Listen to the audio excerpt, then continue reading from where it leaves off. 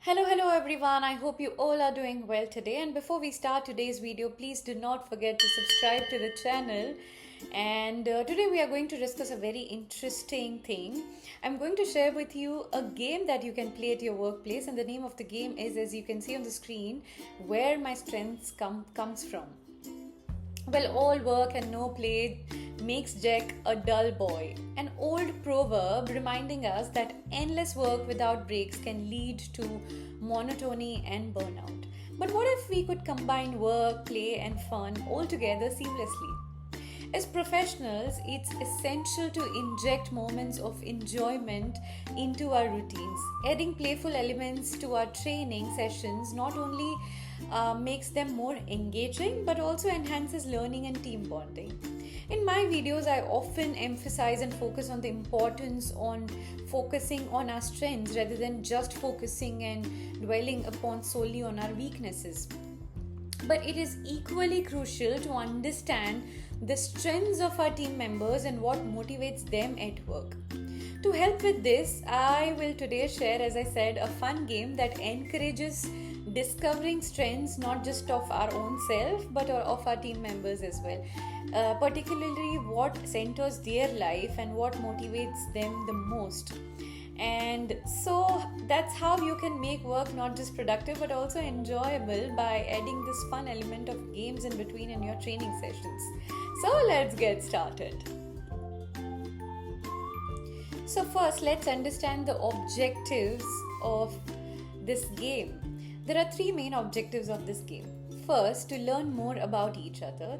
Second, to respect the differences between the team members. And third, reflecting on our core strength, our core motivation of oneself.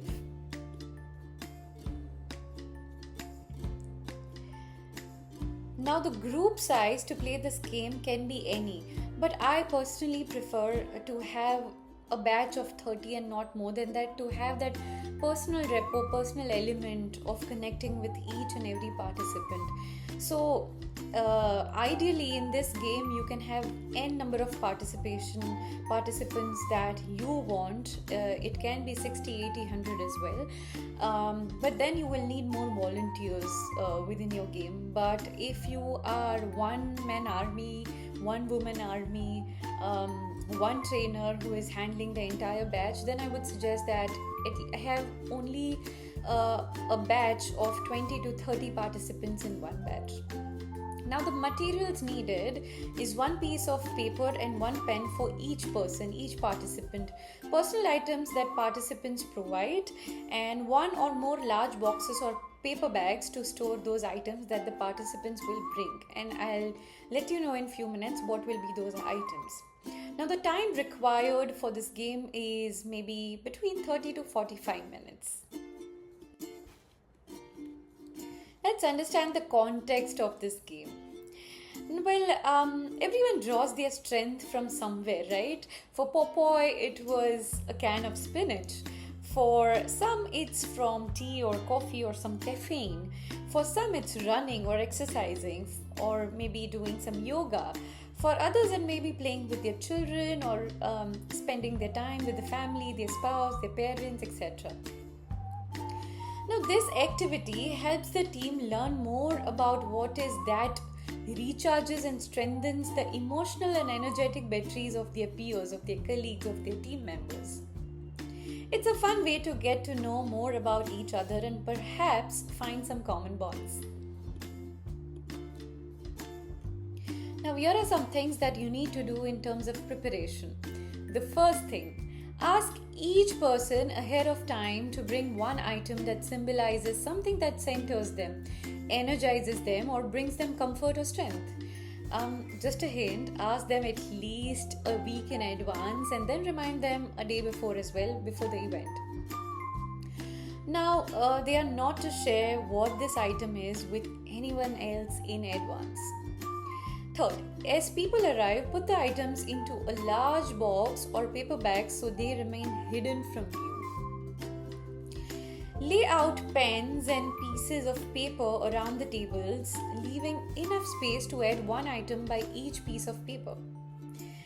Next thing, have the table spread around the room if possible to encourage circulation. And the last thing, you may ask someone to help lay out all the items, maybe a volunteer from the team or from the participants itself. Now let's understand how to play this game, the procedure of this game. First, invite everyone to look over all of the items that are spread around the table. Second, then ask them to write down the name of the person who they think brought the item on the piece of paper next to it. Third, allow about 10 to 15 minutes depending on the number of people and items. Give them some time. Encourage them to guess. There is no penalty for being wrong here. When everyone has written down their guess for each item, invite the group to be seated. Then ask for volunteers to come up and claim their item one at a time.